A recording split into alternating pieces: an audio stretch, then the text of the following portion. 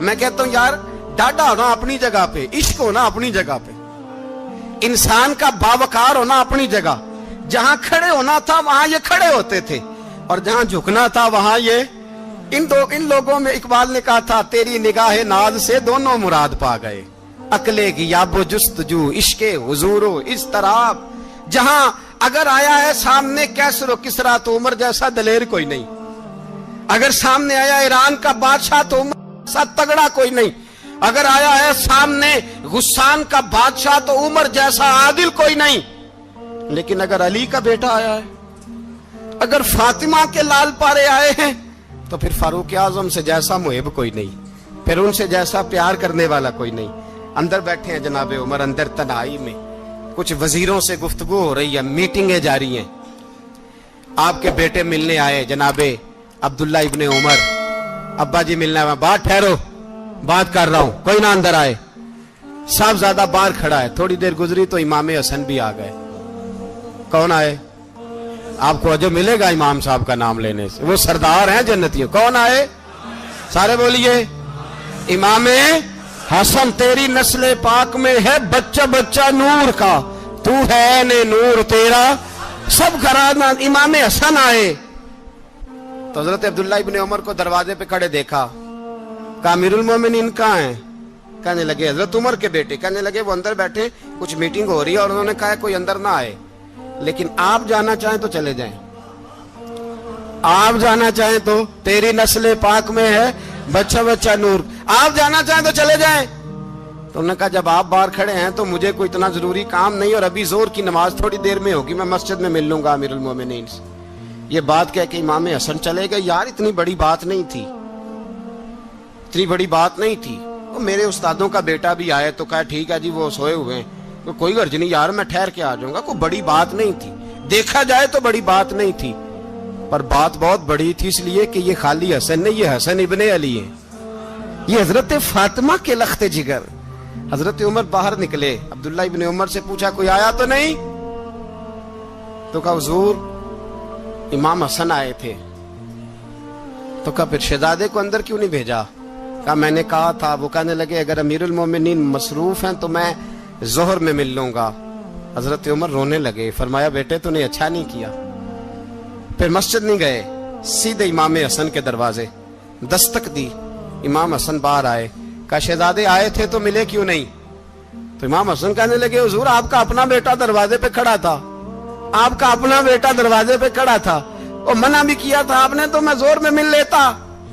حضرت امام حسن فرماتے جوش جذبات میں جناب عمر نے سر سے پگڑی اتار دی, جوش جذبات میں. کہنے لگے حسن میرے بیٹے کا اور آپ کا کیا مقابلہ؟ کیا اس کی ماں کا نام فاطمہ الزہرا ہے؟ کیا اس کی نانی کا نام خدیجہ الکبریٰ ہے؟ کیا اس کے نانے کا نام محمد مصطفیٰ ہے؟ آپ کا اور اس کا کیا مقابلہ؟ پھر رو پڑے اور کہنے لگے بیٹے میں مکے کے صحراؤں میں اونٹ چرایا کرتا تھا, یہ جو میرے سر پر عزت کے بال ہیں یہ تیرے نانے کے اگائے ہوئے. میں مکے کے خبردار شہزادے خبردار. او بھائی اہل بیت نبوت کے ادب کا رنگ اگر سکھایا ہے تو سیدنا عمر نے سکھایا ہے. حضرت عمر فاروق اتھارٹی ہے, اسلام کی اتھارٹی. یکم محرم حضرت عمر کی شہادت ہے. یہودی بول اٹھا, کافر بول اٹھا, اگر 6 مہینے عمر دنیا میں اور رہتے تو دنیا میں کوئی کافر موجود نہ ہوتا. 6 مہینے. اور جب اس بطل جلیل کا جنازہ اٹھا, اللہ بخاری پڑھیے نا, اللہم ارزقنا شہادتا فی سبیلک, اللہ بسترے کی موت نہ دینا, شہادت کی دینا. عمر شہید ہوئے, مسجد نبوی میں نماز پڑھاتے, اور جب جنازہ اٹھا تو مدینے کا پھر پیچھے جو دلیر بچے وہ مولا علی تھے. مولا علی جناب عمر کا جنازہ اٹھا تو سب سے پہلی ہائے جو نکلی وہ حضرت علی کی زبان سے نکلی, اور حضرت علی ساری داڑھی آنسوؤں سے بھر گئی. لوگوں نے کہا کہ علی کیا ہوا؟ فرمانے لگے تم دیکھ نہیں رہے جنازہ کس کا اٹھا ہے, پلٹ کے دیکھو تو صحیح, تم پتہ نہیں یہ کون گیا ہے. کہ حضور کیا ہوا؟ آپ فرمانے لگے عمر اس طرح کے کام کر کے گیا ہے, اب ان کے رستوں پہ کون چلے گا؟ کون اس کے جگر راہ وفا میں؟ میں نقش ایسے چھوڑ آیا ہوں میں جس منزل سے گزرا ہوں وہ اب تک یاد کرتی ہے۔ حضرت علی حضرت عمر کے جنازے پہ کھڑے ہو کے کہتے ہیں اللہ مجھے اس طرح کے عمل کرنے کی توفیق دے جس طرح کی عمر کر کے گیا۔ میرے بھائی بطل عزیز بطل حریت حضرت عمر رضی اللہ تعالیٰ عنہ جو اپنی زندگی انقلاب والی گزار کے گئے۔ عمر جب دنیا سے گئے تو 80 دینار کا قرضہ تھا، 22 لاکھ مربع میل کا حکمران، اور اپنے بیٹے سے کہنے لگے بیٹے کوشش کرنا تیرے خاندان والے مل کے میرا قرضہ اتار دے، میری قبر پہ بوجھ نہ رہے، اور اگر خاندان والے مدد نہ کریں تو میرے دوستوں سے بات کرنا، وہ مدد نہ کریں تو پھر علی سے بات کرنا، ان کا پیار آپس میں اتنا اور تو اختلاف ثابت کر رہا۔ 80 دینار کا قرضہ چھوڑ کر حضرت عمر دنیا سے گئے اور جاتی دفعہ کہہ گئے میرے بعد میرے بچوں کو حکومت کے مشورے میں بھی شامل نہ کرنا، حکومت کے مشورے میں بھی میری اولاد شامل نہ ہو۔ اتنا بڑا شخص اتنا بڑا رنگ دے کے یکم محرم کو جب عمر فاروق کا وصال ہوا تو بیٹے سے کہنے لگے اماں عائشہ سے جا کے کہو میرا بھی نبی پاک کے روزے میں دفن ہونے کو دل کرتا ہے۔ ایک قبر کی جگہ ہے اماں جی نے اپنے لیے رکھی ہے، بخاری یا بخاری۔ حضرت عائشہ کے پاس صاحبزادے گئے، کہنے لگے اماں جی عمر کو زخم لگ گیا ہے، حالت بڑی پریشانی والی ہے۔ وہ کہتے ہیں اگر اماں اجازت دیں، سید عائشہ رو پڑی، فرمانے لگی کہ وہ اپنی قبر کی جگہ تو نہیں نہ کسی کو دیتا، پر عمر نے کمال ہی بڑا کیا، اسے کہو جاؤ گنبد خضرا میں قیامت تک جو مصطفیٰ پہ اور ابو بکر پہ سلام پڑے گا وہ تجھ پہ بھی سلام پڑھ کے جائے گا۔